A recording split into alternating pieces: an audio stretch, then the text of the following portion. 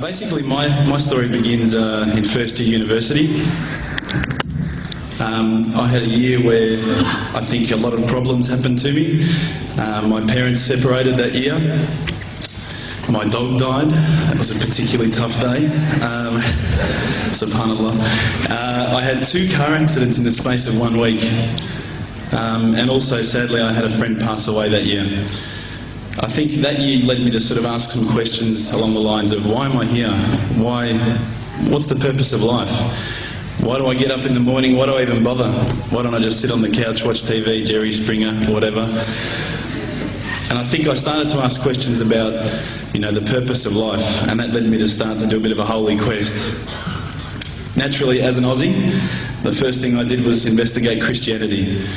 I had a few Christian friends, and I remember going to a church camp. It was one of the funniest camps I've ever been to in my life. Everybody was singing. I didn't know what the words were. I didn't know what they were saying. It sounded great. They had beautiful voices, but it just seemed really strange. And everybody was telling me how much God loved me, and I was thinking, God loves me? My dog died. SubhanAllah. So I kept on investigating Christianity, and I went to a whole lot of, different aspects of Christianity. So we're talking about Catholicism, we're talking about Anglican, Baptist, priests, pastors. And every time I'd go there and ask questions, I'd find that they wouldn't pick up the Bible and start to say, oh, this is the answer, my dear brother. They would just start answering me. They would just answer from their own opinions. And I started to realise that there was a lot of interpretations of Christianity, and a lot of people had their own interpretations, and one priest from one church was believing one particular aspect of Christianity whilst another was proclaiming another. So I started to think to myself, the Bible is one text, but there seems to be so many different interpretations, and it was confusing. At the time, while I was in first year university, I was also working in a service station, one of my part-time jobs. And one of my colleagues was a Hindu, was an Indian Hindu, and we'd regularly change shift. And at that time, I was very inquisitive, and I'd say to him, dude, what's the deal with the elephant head guy? What's the deal with that?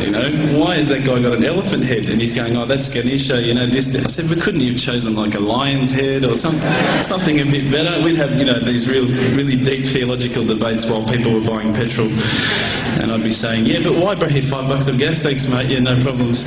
And again, I found that was very hard to stomach. So I sort of investigated a little bit further. I had a good friend of mine was a Mormon. And I found that this religion actually appealed to me the most out of all of the Christian religions, the Church of Latter-day Saints. They were quite strict. They don't drink alcohol. They don't drink caffeine. So unfortunately, Coke's out, guys, because I know Levos love Coke. But again, there was that leap of faith I felt that I had to make to embrace this religion. And I found that, I wasn't just into making a leap of faith. I wanted proof. I also investigated Judaism, would you believe? And my original name before Abu Bakr is Reuben. So if you've probably seen all the movies, you've seen Reubenstein. At the end, they probably thought I was Jewish, so they thought, oh, this guy's, one of us. But again, I just didn't find what I was looking for. Lastly, I probably looked into Buddhism, and I found that this was probably the religion that I was going to choose. I thought, look, this is great. There's so much. People at peace here. They seem to be really switched on, and they seem to be living one with the world, and that's what really appealed to me. But the more and more I looked into it, I guess I realised that it wasn't a religion of God. It was just a nice way to live. One of my friends, one of my close friends, who's a Christian, would you believe, said, tell me the religions that you've investigated. So I went through them. I said, Judaism, Christianity, Catholicism, Buddhism, Hinduism, He goes, what about Islam? Islam? They're terrorists. I'm not going to investigate that religion. They're crazy. Why would I even look at that religion? But lo and behold, I found myself walking into a mosque one day. This is my eternal quest. So I walked straight in, shoes on, straight across the prayer rug. There was a brother praying. I walked straight in front of him. As he went to go into sujood, I almost stepped on his head. Subhanallah, I didn't have any clue what I was doing. I looked over and I saw this brother. You probably know this guy. This is Abu Hamza. He's come here and he's lectured a few times. SubhanAllah, I call him Abu Da'an because he's got a very large beard, mashallah. He came walking out towards me and I thought, today I'm about to die. This is the last day of my life. I'm a dead man. I'm a white boy in Leadland. What am I going to do here? I'm dead. He came walking across as though he just walked out of the Sahara Desert. Big abaya, big beard. But subhanAllah, the first words he said were, "G'day mate, how you going?" If only he had the can of VB, it would have been perfect.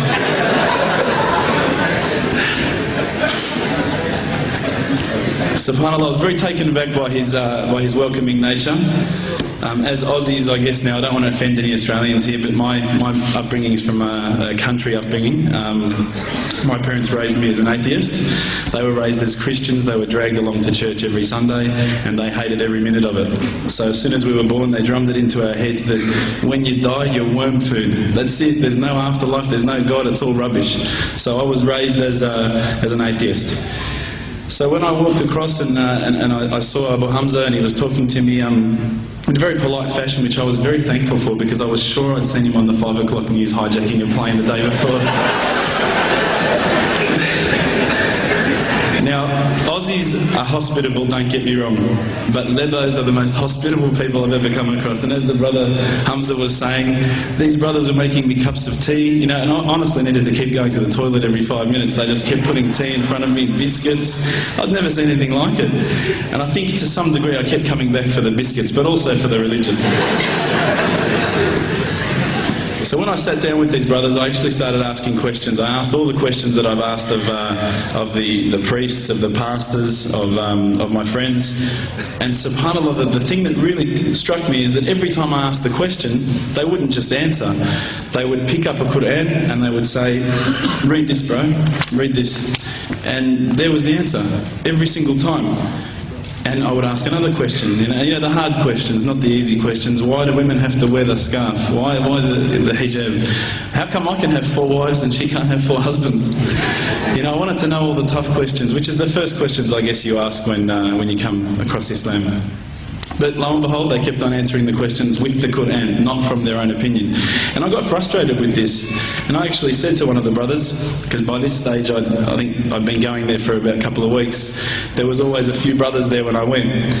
And I said to one of the brothers, I said, you know, what's your opinion on the matter? Why won't you give me your opinion? And one of the brothers turned to me one day and said, how can I have an opinion when this is the word of God? SubhanAllah, I remember that really hit me. So I asked them if I could take a Quran home, and I didn't say I was going to use it to chalk up the couch or anything like that. I said I was going to respect the book, so I took it home, I started reading it. What I found was, while reading it, it wasn't as though I was reading a story, it was as though I was reading someone commanding me, you know, someone giving me guidance. And one night I decided to really try and get the spiritual mood happening, and I'm sure probably some of you have heard this story before, so I apologise. I'd lit a candle,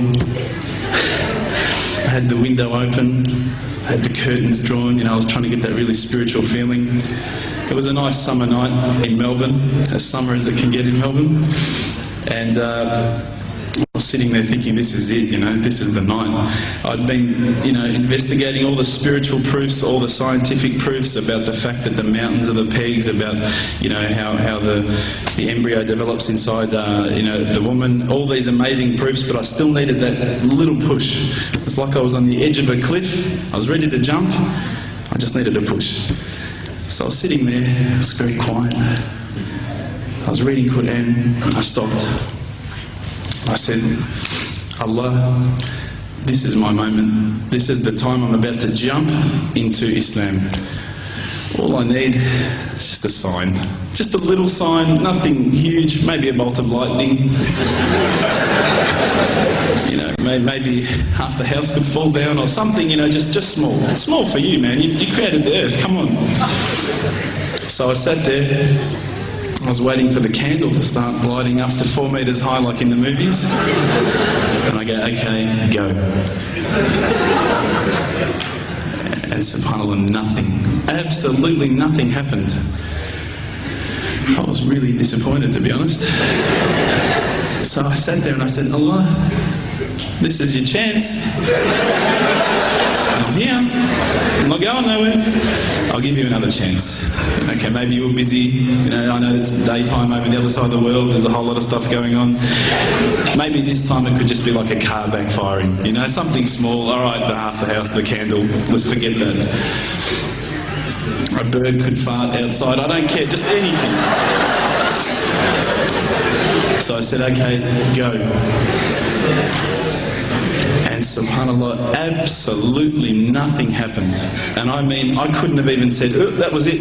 That creep just then in the wall, that was it. Absolutely nothing happened. I was really disappointed. I was gutted. I was sitting there thinking, this is it, you know, this was my last chance, Islam, and I haven't found it.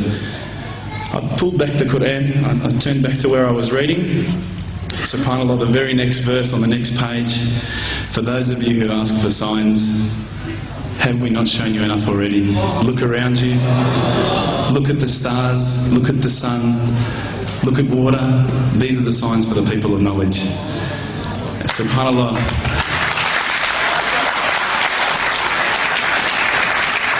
I threw the doona over my head and I pretended I was asleep. I was that scared because I couldn't believe how arrogant I'd been to want my own specific sign when all the signs had been there for me all along. The fact that we have this world, the fact that there is this creation, these are the signs for all of us. The next day I decided this is it, I'm becoming a Muslim. I've been investigating Islam now for probably about 6 months, to be honest. I went in and I said to myself, this is it, I'm going to make shahada. I had no idea what I had to say, I had no idea what the words were. It was probably close to Isha prayer, so it would have been, 7, 8 o'clock at night. I went in and I couldn't believe it, there was about 1,000 people at the mosque. I thought, subhanAllah, look at this religion. Look at how strong they are. It was the first night of Ramadan.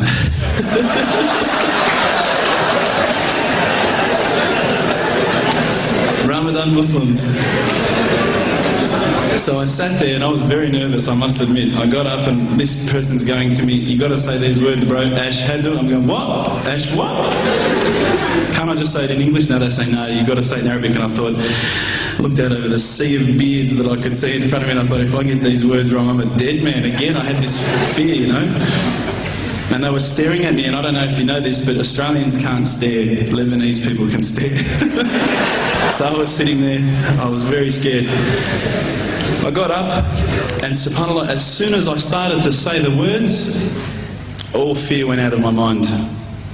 It felt as though a shower was inside my head and someone had just turned on the cold tap. Felt like I'd been flushed clean. I said the words, and I wasn't expecting so many brothers to come up and yell, Takbir, Allahu Akbar, and start kissing me and hugging me. Now, I'd never been kissed by that many men in my life. But it was a beautiful day, I must admit. And that day was the day that I had more brothers than I could ever imagine, more sisters as well. But I guess since that day I've never looked back. My family, I think initially were very worried that I was going to be, I guess, a little bit weird towards them. They thought that I was going to break out the AK-47s and the grenades. But they realised, I think, soon that this religion was actually making me a better person. Prior to Islam, you're not going to believe it, I had a mohawk. I did. I had, I'm not going to show you any photos.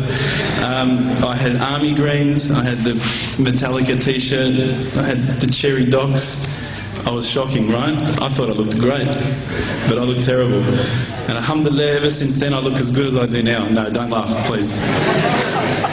But my parents were the first people to actually say to me once, which really amazed me. They said, my father actually asked me for the Quran recently, which I was really happy about. I always thought he'd be one of the hardest people to work on.